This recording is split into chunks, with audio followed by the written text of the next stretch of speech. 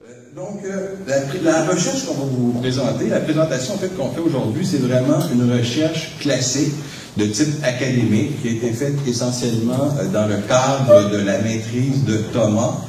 Donc, c'est une recherche dont on va vous présenter l'ensemble des articulations ainsi que les résultats. Et je tiens à dire que tout le mérite de cette recherche revient à Thomas, qui a fait un excellent travail. Et si jamais vous voulez avoir des informations supplémentaires sur le contenu de cette recherche, je vous invite à aller voir Thomas, ça va lui faire plaisir de vous en parler. Donc, voici le plan de la présentation pour aujourd'hui. En fait, il y aura 4 parties principales. Je me chargerai de présenter les 2 premières parties, c'est-à-dire que je vais vous présenter le contexte de la recherche, la problématique, ainsi que le cadre théorique que nous avons utilisé. Thomas se chargera quant à lui de vous présenter la méthodologie, les résultats ainsi que les quelques limites de la recherche. Il va vous en dire plus à ce sujet, c'est très intéressant. Donc, si on pense au thème de ce colloque que nous vivons depuis 2 jours, donc au conflit d'intérêts, au manquement récurrent à l'éthique, il y a évidemment, depuis quelques années, des images fortes qui nous viennent en tête. J'en ai choisi quelques-unes, évidemment, le panorama aurait pu être beaucoup plus riche, mais je vais vous en donner 3 pour nous situer dans la problématique. Si je vous montre cette image-là, c'est certainement quelque chose qui vous rappelle les souvenirs et qui nous rappelle douloureusement que les manquements à l'éthique que nous avons vécus au Québec se sont répercutés à l'extérieur du Québec et nous ont fait une certaine réputation. Vous vous rappelez aussi de certains politiciens emblématiques qui représentent les manquements à l'éthique récurrents que nous avons vécus. Vous avez une image ici, j'aurais pu en donner d'autres. Et vous avez ici, évidemment, ces fameuses enveloppes brunes qui symbolisent bien tous les problèmes que nous vivons en ce moment dans le domaine de l'éthique et, entre autres, par rapport à ce que nous voyons à la commission Charbonneau.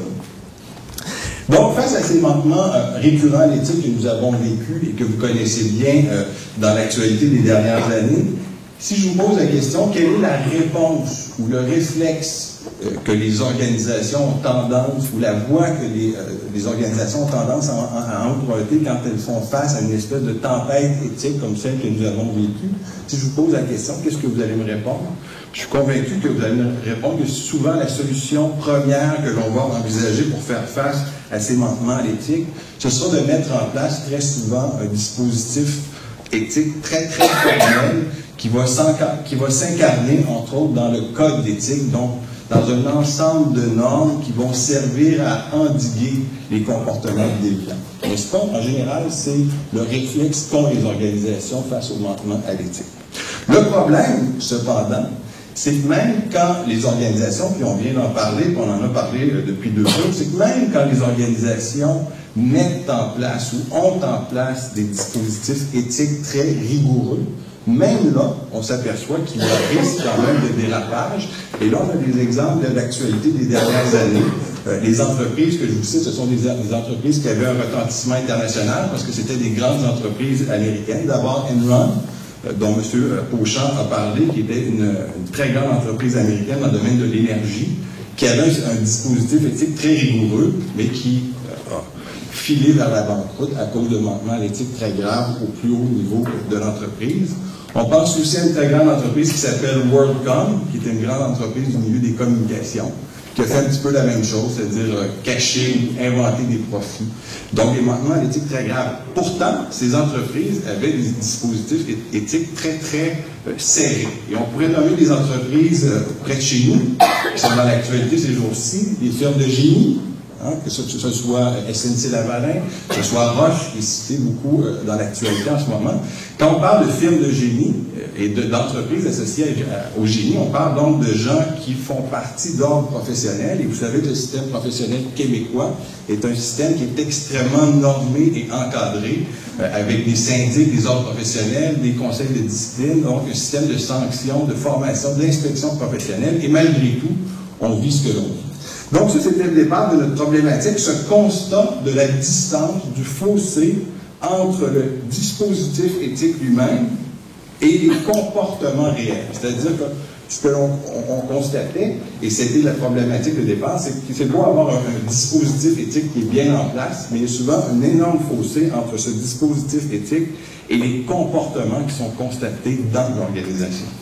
Donc, ce que nous avons voulu faire, c'était le point de départ de notre recherche, et nous avons voulu interroger la littérature scientifique, académique, en prenant pour objet premier, en se plaçant du point de vue de l'organisation, qu'est-ce que dit la recherche à propos de la capacité qu'ont ou non les organisations de façonner les comportements éthiques, donc des employés, à l'intérieur des organisations. Et donc, ce que vous avez là, c'est une synthèse en deux grands axes de toutes les recherches que nous avons trouvées sur ce thème de base, sur cette question de base. Et si on veut simplifier, je dirais qu'il y a deux grandes façons d'aborder cette question-là. Les deux sont associés à des images qu'on peut retenir assez facilement. La première, ce sont des recherches qui vont s'intéresser du point de vue de l'éthique organisationnelle aux facteurs humains. C'est-à-dire qu'ils vont s'intéresser, si on veut faire image, aux pommes pourries, aux pommes non pourries à l'intérieur de l'organisation. Donc, aux facteurs motivationnels, aux facteurs relationnels qui vont influencer le comportement. Donc, on a là notre premier type de recherche. On a aussi des recherches qui vont s'intéresser à la structure, donc ce qu'on appelle le panier ou le baril.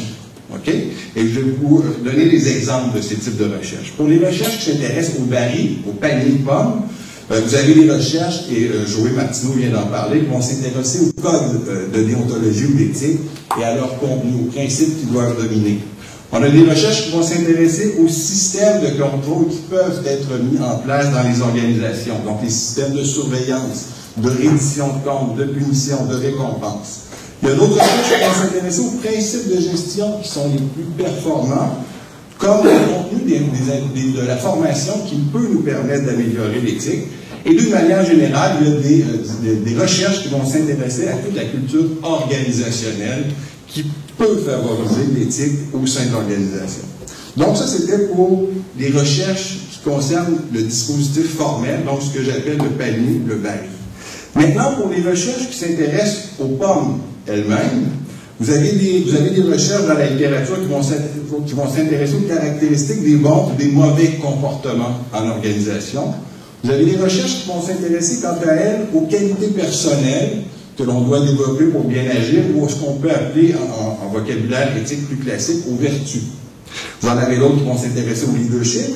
Il y en a d'autres qui vont s'intéresser à un terme qui est très à la mode en éthique organisationnelle ou en éthique des affaires dans le milieu anglo-saxon, tout ce qu'on appelle le climat éthique, c'est-à-dire comment peut-on influencer la perception que les gens de l'organisation ont sur l'éthique à l'intérieur de l'organisation. Donc, schématiquement, c'était le résultat de notre revue de littérature. Donc, à la lumière de cette revue de la littérature, il y avait, nous semble-t-il, un chaînon manquant, c'est-à-dire un territoire sur lequel nous pensions pouvoir apporter une contribution significative. C'était sur le lien, justement, entre les pommes et les barils. Et pour nous, ce lien entre les pommes et les barils soulevait la question centrale, à notre avis, de l'appropriation. C'est-à-dire qu'à partir du moment où on a un code éthique ou un dispositif éthique, comment peut-on favoriser l'appropriation ou l'intériorisation de ce code chez les employés? Donc, de là a découlé notre question de recherche sur laquelle Thomas a travaillé. C'est du point de vue toujours de l'organisation et des gestionnaires. Comment peut-on améliorer les comportements éthiques en favorisant l'appropriation effective des valeurs et des normes d'une organisation? Or, il nous semblait que pour justement établir ce lien concret et favoriser cette appropriation, il nous semblait que la communication, qui est la discipline d'où on vient, pouvait favoriser ce lien entre les barils et les pommes, donc entre le dispositif formel et les comportements réels dans l'organisation. Il s'agit pour ce faire, pour voir ce lien, de voir l'éthique ou le code d'éthique comme la transmission de messages qui visent à modifier des comportements. Donc, pour modifier des comportements, ce message doit être persuasif, il doit convaincre, et pour être persuasif et convaincre, il faut que ce message soit ancré dans les canons de la psychologie sociale, parce que la psychologie sociale est la science par excellence du comportement des gens en groupe. Donc, partant de là, et tout le mérite revient à Thomas encore une fois, on a fait un examen de la littérature pour voir une théorie, un cadre théorique qui pouvait orienter, structurer notre recherche. Et Thomas a trouvé quelque chose de très intéressant, c'est le paradigme de la communication engageante, qui est un paradigme de la psychologie sociale, dont les auteurs sont deux psychologues sociaux français, Robert Vincent Joule et Fabien Girondola, qui sont des contemporains, donc des gens qui vivent encore. Et eux, ils ont créé cette théorie-là, et c'est intéressant, pour modifier des comportements en matière de santé publique. C'est-à-dire pour inciter les gens, par exemple, à cesser de fumer, ou pour inciter les gens à porter la ceinture de sécurité dans les voitures. Donc, il nous semblait que, puisque la finalité de la communication engageante, c'était de changer un comportement, on pouvait importer ce modèle théorique pour une recherche en éthique organisationnelle. Okay? Donc, c'est de là qu'on est parti. Et c'est intéressant parce que la communication engageante comme paradigme de communication s'appuie, outre les canons traditionnels de la communication persuasive où on va s'intéresser aux caractéristiques du messager et du message. Il y a deux principes sur lesquels s'appuie la communication engageante qui sont très intéressants. Le premier de ces principes, c'est que pour qu'un message arrive à convaincre, il faut qu'il soit précédé d'actes dits engagés. OK? Un exemple de ça, c'est que si on a un code d'éthique, il faut que cet acte-là soit public, c'est-à-dire que l'engagement soit pris devant témoin.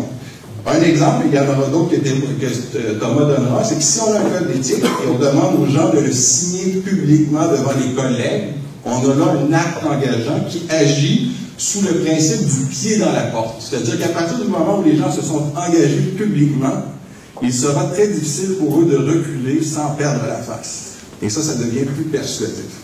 Le deuxième principe de la communication engageante, c'est le principe de la soumission librement consentie.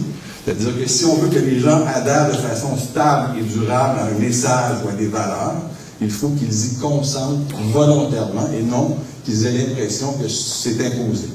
Okay? Donc, ce sont les deux principes de la communication engageante. Et donc, il s'agissait par la suite, dans la recherche, de trouver un terrain d'intervention pour tester cette théorie de la communication engageante.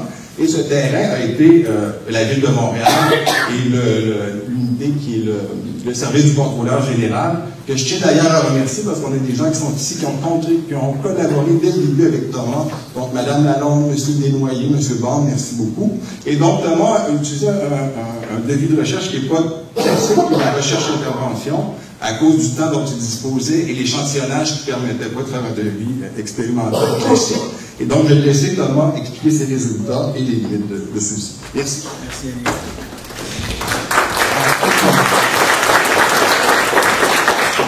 Alors, notre présentation va être assez simple. Je vais d'abord parler des caractéristiques de la recherche-intervention. Qu'est-ce qu'une recherche-intervention et comment est-ce que nous, on se l'est approprié finalement. Je parlerai plus en détail après de l'intervention elle-même, des résultats et de la discussion que ça a pu occasionner. Alors, la recherche-intervention, j'en discutais avec un collègue il n'y a pas très longtemps, il me disait la recherche-intervention, on pourrait résumer ça en action first, research after. Dans le sens où l'action, c'est vraiment ce qui va d'abord impulser un changement. C'est-à-dire qu'on va aller sur le terrain et plutôt que de décrire une situation, et on l'a largement évoqué, Alison notamment, on va essayer de la comprendre. Et non seulement on va arriver avec un dispositif d'intervention, mais nous, on avait vraiment le souci d'avoir une vraie démarche d'accompagnement là-dedans. Donc c'est une recherche-action au sens lewinien du terme, en référence à Kurt Lewin des années 50, qui est vraiment le père de cette recherche-là, qui voulait vraiment, sur le terrain, produire des connaissances à la fois théoriques et pratiques. Et pour nous, c'était fondamental que cette recherche-intervention, elle soit d'abord située sur le terrain, et qu'on s'ajuste, en fait, dans ce processus-là, au fur et à mesure qu'on avance dedans. Alors, un processus dans l'action, pour l'action et par l'action, parce que, encore une fois, on est persuadé que c'est en étant sur le terrain qu'on va chercher vraiment le pouls de ce qui se passe, comprendre la situation, je viens d'en parler aussi. Évidemment, comprendre la situation, c'est surtout en tirer des résultats et des trajectoires possibles après pour notre partenaire de recherche. Pour nous, pour les objectifs de recherche, mais surtout pour les objectifs d'intervention, pour que le service du contrôleur général ait vraiment un outil flexible, pertinent pour lui. Travailler avec les partenaires de recherche, ça c'est vraiment la posture. C'est-à-dire que la posture ici, c'est celle d'un chercheur consultant. Un chercheur qui prend une distance sur l'action qu'il mène dans l'organisation, mais qui est consultant aussi parce qu'avec le partenaire de recherche, en l'occurrence le bureau du contrôleur général, il établit ensemble un modèle qui va se rapprocher le plus près possible de la réalité. Donc voilà un petit peu pour brosser rapidement le portrait de la recherche d'intervention qu'on a mené. Au niveau du cadre de l'intervention en elle-même, rapidement au niveau du contexte, comment ça s'est passé. En fait, les employés de la ville de Montréal, les gestionnaires, cadres administratifs, ils vivaient une expérience formative. Le bureau du contrôleur général a pensé nécessaire, à juste titre, de former les gestionnaires qui, eux, on le sait tous, ont une influence réelle sur le climat éthique de l'organisation. Donc, en formant ces gestionnaires-là, on était capable d'avoir des ambassadeurs qui pouvaient finalement relayer le message après auprès de leurs employés. Le contexte aussi était particulier. Le code de conduite, il émane des règlements municipaux, qui lui-même émane du loi, la loi de 2010 en matière de municipalité, enfin, sur les municipalités et la déontologie, donc qui imposait jusqu'en décembre 2012 que les municipalités se dotent toutes d'un code d'éthique. Alors, on comprend bien là que l'aspect hétéro-régulatoire, mettons, contraignant, qu'on a d'abord imposé par une loi, que la ville après a imposé par règlement municipal à ses employés, et hop, en décembre, on a distribué à 28 000 employés de code d'éthique. On n'a pas fait de formation, on n'a pas fait de prévention avant. Alors, le contexte juridique était compliqué, et ce qu'a décidé, et tout le mérite en revient encore une fois au bureau du contrôleur général, c'était quand même de les sensibiliser, de se servir d'outils, la formation notamment, et on sait qu'aujourd'hui en éthique, c'est une porte d'entrée efficace, prépondérante, quand on veut faire de l'éthique appliquée, et au moins, on a voulu quand même susciter un début de réflexion. Et cette recherche-intervention, elle est simplement le prolongement de cette formation. On savait que ça ne serait pas suffisant, donc on s'est dit pourquoi est-ce qu'on n'engagerait pas un peu plus les gestionnaires qu'on a sélectionnés, ceux qui ont décidé de participer à la recherche, à travers une série d'actes. Il y avait 5 actes engageants. Le premier, c'était de participer librement à cette recherche. Moi, comme chercheur, j'arrivais pendant la formation, à la pause, en disant, ben voilà, on mène une recherche en parallèle de la formation qui est donnée. Si vous voulez aller plus loin avec nous, en toute liberté, il n'y a aucune contrainte, rien. Si vous voulez simplement participer, donnez votre avis, ça va nous faire plaisir, on va faire une recherche ensemble. Le deuxième acte engageant, c'était un questionnaire, répondre à un questionnaire. Là encore, c'est des actes relativement anodins. On s'entend qu'aujourd'hui, répondre à un questionnaire, ça ne demande pas, c'est pas si coûteux que ça. Je vais aller un peu plus vite. Troisième acte engageant, rencontre individuelle. Quatrième acte engageant, rencontre collective. Cinquième acte engageant, rendre public vraiment l'acte. Et ça, on est passé par l'intranet de la ville de Montréal. Et les employés gestionnaires qui ont participé à cette recherche ont publiquement, photo à l'appui, donné leur avis sur cette recherche-là et comment ils l'avaient vécu. Les objectifs d'intervention rapidement, donc suggérer un devis expérimental pour le partenaire de recherche.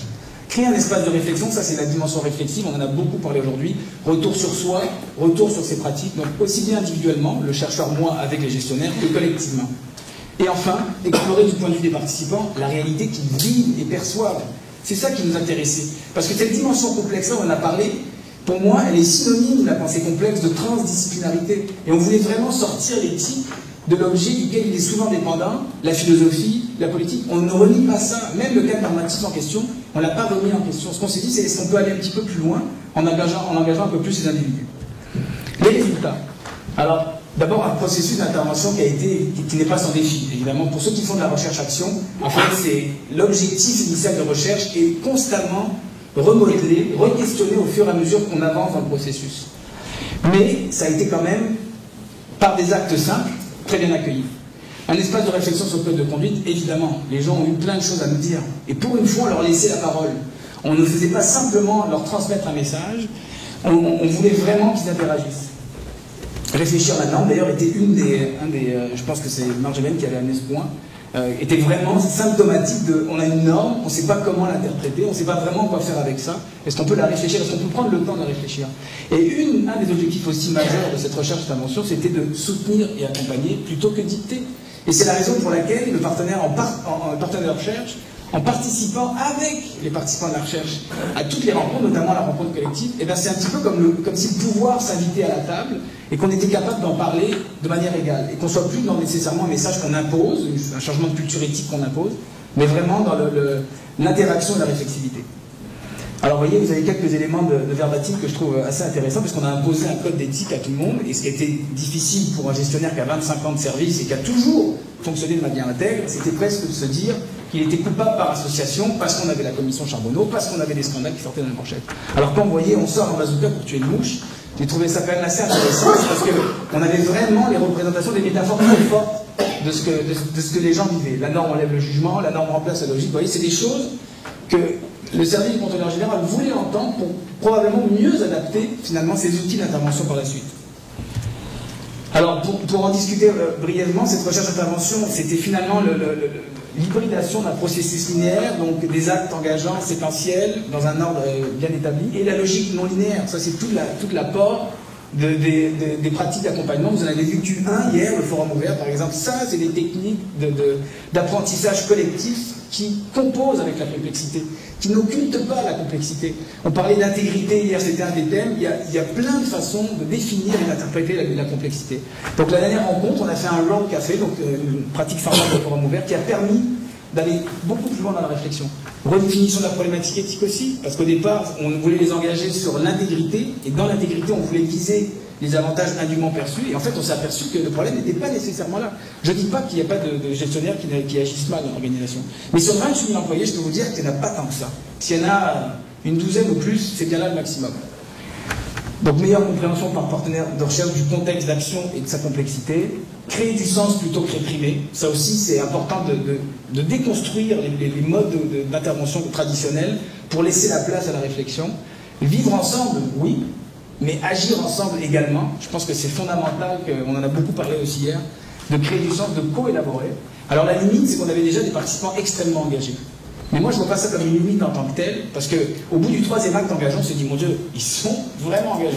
Principe éthique très élevé, engagement personnel très élevé, mais en même temps, on aurait pu s'arrêter là et dire, ben voilà, finalement, cet échantillon-là, ce sont des gestionnaires très engagés. Ben non, on a voulu aller plus loin dans la réflexion pour vraiment susciter chez eux cette appropriation du code de conduite, cette réflexion autour de l'éthique, comme on l'a souvent dit d'ailleurs, qui est beaucoup plus proche de la réflexivité que simplement d'un message qu'on transmet.